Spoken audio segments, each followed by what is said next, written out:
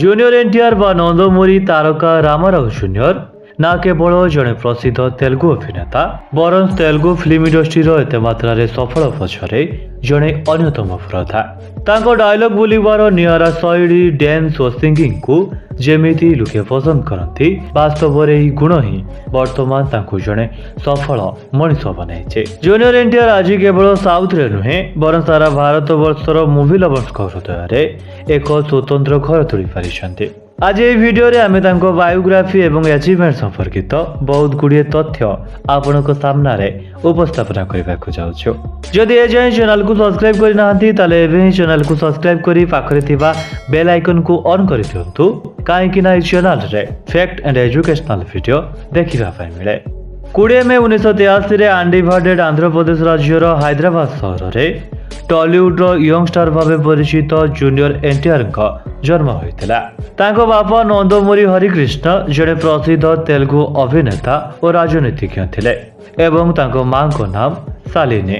ତା ଛଡ଼ା ଜୁନିୟର ଏନ୍ଟିଆରଙ୍କ ଜେଜେବାପା ନନ୍ଦମୁରି ତାରକା ରାମାରାଓ ଜଣେ ଦିଗ୍ବିଜୟୀ ତେଲୁଗୁ ଅଭିନେତା, ଚଳଚ୍ଚିତ୍ର ନିର୍ମାତା ଓ ରାଜନୀତିଜ୍ଞ ଥିଲେ, ଯିଏକି ଆନ୍ଧ୍ରପ୍ରଦେଶର ପ୍ରଥମ ମୁଖ୍ୟମନ୍ତ୍ରୀ ହେବାର ଗୌରବ ଅର୍ଜନ କରିଥିଲେ।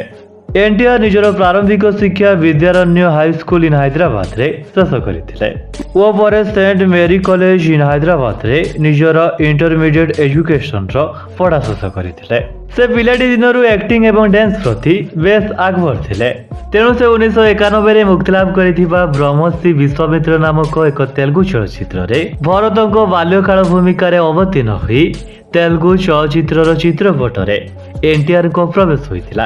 ଏହି ଫିଲ୍ମ ପରେ ସେ ଦୀର୍ଘ 5 ବର୍ଷ ଯାଏଁ କୌଣସି ଫିଲ୍ମରେ ନଜର ଆସିନଥିଲେ।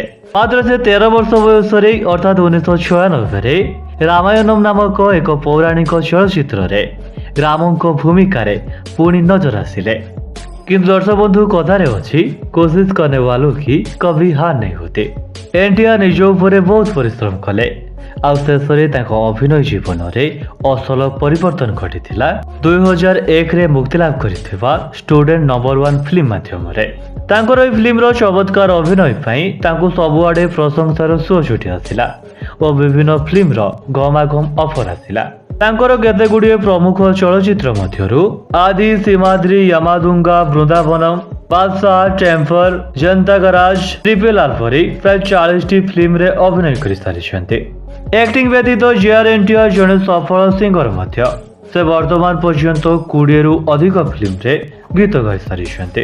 ଜୁନିୟର ଏନ୍ଟିଆର ନିଜର କଠିନ ଶ୍ରମ ଓ ପ୍ରତିଭାରେ ନିଜକୁ ଏକ ଶୀର୍ଷସ୍ଥ ଅଭିନେତା ଭାବରେ ସ୍ଥାପନା କରିପାରିଛନ୍ତି, ଯାହାର ଫଳସ୍ୱରୂପ ତାଙ୍କୁ ବହୁତ ଗୁଡ଼ିଏ ପୁରସ୍କାର ଓ ସମ୍ମାନ ମିଳିଛି। ତାଙ୍କର କେତେଗୁଡ଼ିଏ ପ୍ରମୁଖ ଆୱାର୍ଡସ ମଧ୍ୟରୁ 4 ଥର ସିନେମା ଆୱାର୍ଡସ, 2 ଥର ଫିଲ୍ମଫେୟାର ଆୱାର୍ଡ ସାଉଥ, 2 ଥର south Indian international movie awards, 2 ଥର ନନ୍ଦୀ ଆୱାର୍ଡସ ଏବଂ ଗୋଟିଏ IIFA Utsavam awards, gold list award, international iconic award ସହିତ ଅନେକ ଛୋଟ ବଡ଼ ସମ୍ମାନ ଓ ଆୱାର୍ଡସ ପାଇଛନ୍ତି।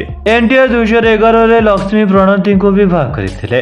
ଏନ୍ଟିଆରଙ୍କ 2 ପୁତ୍ର ମଧ୍ୟ ରହିଛନ୍ତି, ଯେଉଁଥିରେ ବଡ଼ ପୁଅଙ୍କ ନାମ ଅଭୟ ରାମାନନ୍ଦମୁରି ଏବଂ ସାନ ପୁଅଙ୍କ ନାମ ଭର୍ଗବ ରାମାନନ୍ଦମୁରି।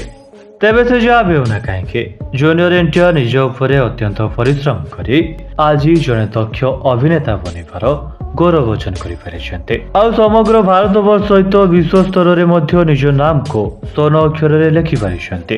ଯଦି ଭିଡିଓଟି ଭଲ ଲାଗିଛି ଭିଡିଓକୁ ଲାଇକ୍ କରିବା ସହିତ ସାଉଥ ଫିଲ୍ମ ଇଣ୍ଡଷ୍ଟ୍ରିରେ ଆପଣଙ୍କୁ କେଉଁ ଆକ୍ଟରଙ୍କ ଆକ୍ଟିଂ ଦେଖିବାକୁ ଅଧିକ ପସନ୍ଦ ଲାଗେ ନିଶ୍ଚିତ କମେଣ୍ଟ ବକ୍ସରେ ବତେଇବେ। ରହୁଛି, ଜୟ ଜଗନ୍ନାଥ।